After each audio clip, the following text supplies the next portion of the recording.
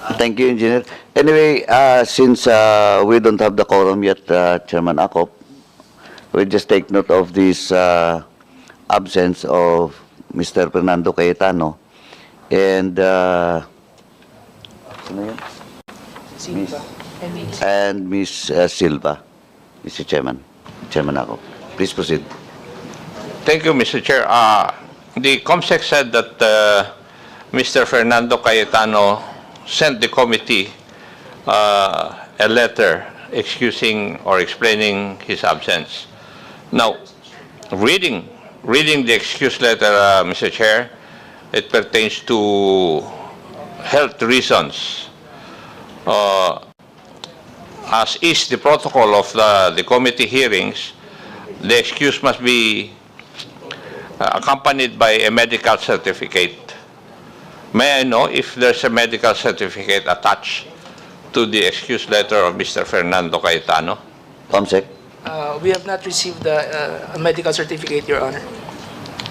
Thank you, COMSEC. Anyway, our decision on that will come after we have a quorum.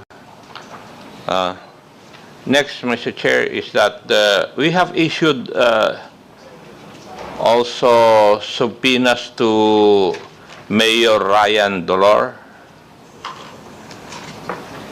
Mr. Herbert Tan, Mr. Joseph Yu, and Mr. Jonathan Yu.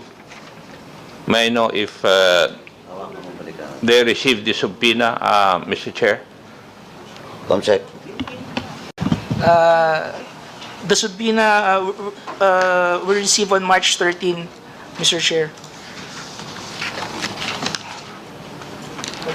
May I know, COMSEC, if they received the subpoena, are they present in today's hearing? Mr. Chair, Mr. Herbert Tan from Aqua Data is present. Joseph Yu and Jonathan Yu from Aqua Data sent excuse letters, and also Mayor Ryan Dolor sent an excuse letter, Mr. Chair. COMSEC, Herbert Tan is present. Mr. Joseph Yu and Mr. Jonathan Yu sent letters of excuse together with Mayor Ryan Dolor, correct? Correct, Mr. Chair. Okay. Thank you. We will deal with this matter when we have a quorum, Mr. Chair. Now, do we have the Sangguniang Bayan Secretary today, Mr. Chair? COMSEC. Mr. Noel Bautista is not present, Mr. Chair. Oh, he is not present. But in the last hearing, he was required to provide the committee certain documents. Was he not invited in today's hearing? He has been invited, Mr. Chair. Okay.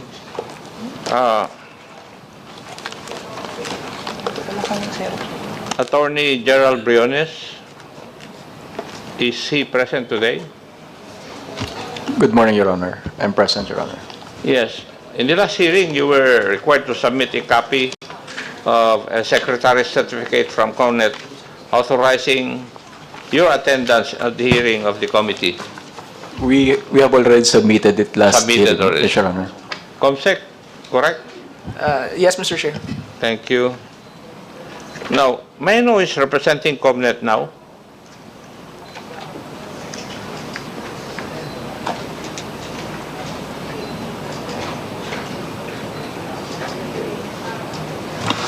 I'm Cesar Reyes and representing COMNET as an incorporator, Mr. Chair. Thank you. Who represented COMNET in the last hearing?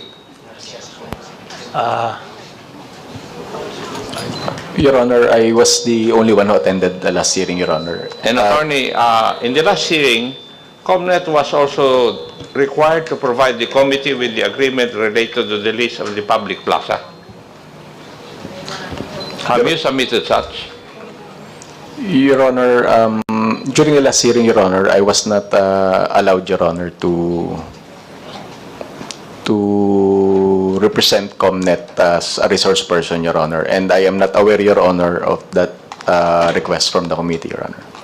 These administrative matters were taken from the minutes of the last hearing.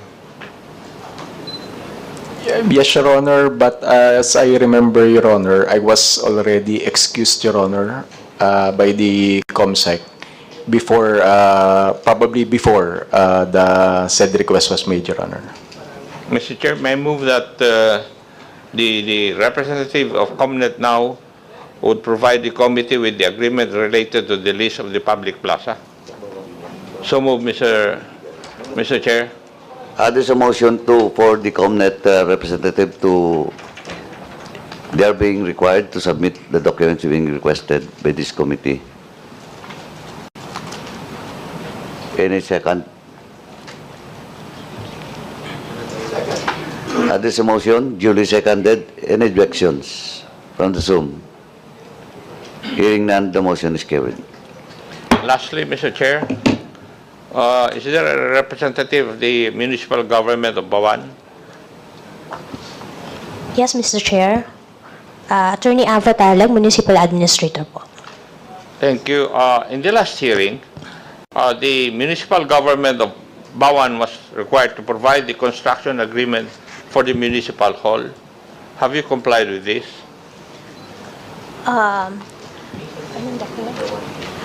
Yes, Your Honor, we already provided the committee. We submitted the documents already with the COMSEC, Your Honor. COMSEC? Chairman Akop, with the indulgence, Chairman Akop. Anyway, they have submitted a lot of documents, voluminous documents, just today. Let me just remind attorney. Kasi po ang hearing natin supposedly was scheduled on 11. Now, ngayong 17. So, you should have submitted that prior to this hearing. Ngayon lang po pinadala sa amin, paano namin basahin at aralin yan? Kaya, please be reminded, no? That those documents being required to you should be submitted prior to the scheduled hearing. Yes, Your Honor. With due respect, Your Honor, we tried to submit the documents last Friday. However, we were unaware that some offices of the House of Representatives are closed. So, hindi po namin na-receive yung documents. And the reason why last Friday lang po, we tried po na hanapin pa rin po yung ibang mga documents considering that yung transaction po ay medyo matagal na po. So, we apologize po for the late submission, Your Honor. Thank you, Attorney. Comsec, do you confirm that the document being required to them, especially that was mentioned by Chairman Akop, was submitted in that list of documents? We're still reviewing, Mr. Chair. Sige po. Thank you, Attorney. Please proceed, Chairman. Thank you, Mr. Chair. The next document to be submitted by the municipal government of Bauan is the loan agreement with the Development Bank of the Philippines. Was this also submitted? Attorney? I believe so, Your Honor. It's in the folder, Your Honor. Mayroon daw, sabi ko. Thank you, Mr. Chair. And that would be all for the administrative matters. Thank you. Thank you, Chairman Akop. Anyway, just to remind everyone that if you are being required by this committee with all the documents that should be submitted to the committee, you should submit it prior to the hearing. That's number one. Number two, please take note that all invitees in today's hearing that are not present, especially those issued SUBPOENA, will be discussed later if we will have a quorum, because we cannot tackle that particular matter since we don't have yet the quorum, no? We have only at least three members in the Zoom, and kami po dito tatlo. So we need at least, just to be clear about it, we need at least 9 to establish a quorum, then 2/3 of that will decide how we deal about with all those issuances that was made during the previous hearing. Before we proceed, let me acknowledge the presence of, in the Zoom, representing the 1st District of Cagayan de Oro City, Congressman Lordan Giswan, and representing the 1st District of Lanao del Sur, the Honorable Zia Raman Adjong of the BARM. Thank you for joining us, sir. Consec, do we have a quorum now? Not yet, Chairman ako. So let us proceed with the interpellation with regards to the issue about the municipal public plaza that was converted into a hotel. Now, since the office of the Solicitor General is present today, who's representing the OSG? Good morning, Your Honor. I am Assistant Solicitor General Sarah Cruz, and with me are Associate Solicitors Javid Fogata and Ivan Vincent Paredes po. Thank you po. Attorney, we have received a document coming from your office in response to the letter that was sent to you, with regards to the public plaza of Bauan. Now, can you discuss in brief with regards to your findings and position of the OSG? Yes, Your Honor. So, in the letter addressed to the Office of the Solicitor General, we were asked to provide our insights or opinion on 3 legal queries. 1, whether the public plaza of Bauan, Batangas is part of the public domain. Number 2, if it is part of the public domain, how can it be converted or could have been converted to patrimonial property? And the third is with respect to the remedies that may be availed of should the public plaza have been illegally leased without being converted into patrimonial property. So with respect to the first question as to whether the public plaza is part of the public domain, our answer is yes. Generally, properties are considered part of the public domain if they are for public use or for public service or for the use of the development of the national wealth. In cases of LGU, such as municipalities, properties are classified as properties for public use or patrimonial property. So to the first category belong structures or public works for public service, such as roads, bridges, including parks, plazas, squares, and the like. So as part of the public property, therefore, a public plaza like the one in Bauan, Batangas cannot be the subject of the commerce of men. It cannot be leased or disposed of as a public property. Now, this public property, for example, the public plaza, can be reclassified as for patrimonial use. And as a patrimonial property, it can be disposed of or it can be conveyed or leased just like any other property. But for this to be done, generally, there must be a reclassification stating that, or a declaration stating that this particular property is no longer needed for public use or for public service or for the development of the national wealth. And this declaration should be embodied in a duly enacted law or presidential proclamation. That's the general rule. However, for LGUs, this authority has been already delegated by virtue of the local government code. So for LGUs, properties of the public domain, those that are used for public use can be reclassified as patrimonial property, provided that there is a declaration embodied in an ordinance that is duly approved by at least 2/3 of the members of the sanggunian concerned. So if this is done, then a property of public use can then be validly converted into patrimonial property, which can be leased, disposed of, or conveyed just like any other private property. As to the third question, as to the remedy, how can an illegally converted or a public property which is illegally leased or disposed of without the proper reclassification, what are the possible remedies to restore it to its former use as a public property?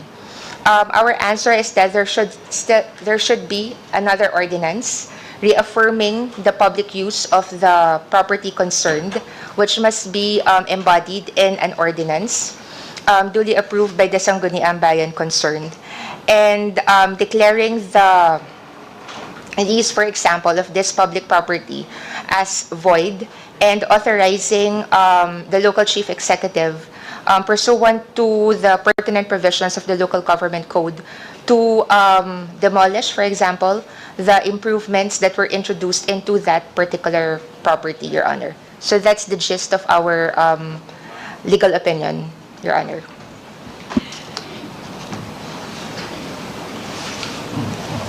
Vice Chair Kit, do you want to follow up question? Please proceed. Thank you, Mr. Chair. Madam, what then is the remedy of the municipality in this particular case?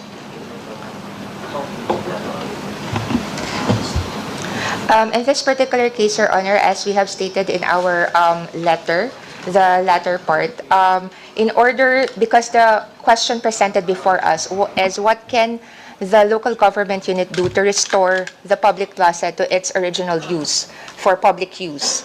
And our answer is there must be a duly enacted ordinance by the Sanggunian concerned reaffirming the public use of the public plaza and declaring the lease, conveyance, or disposition as illegal, and restoring it, thereby restoring it to its original state as a property for public use.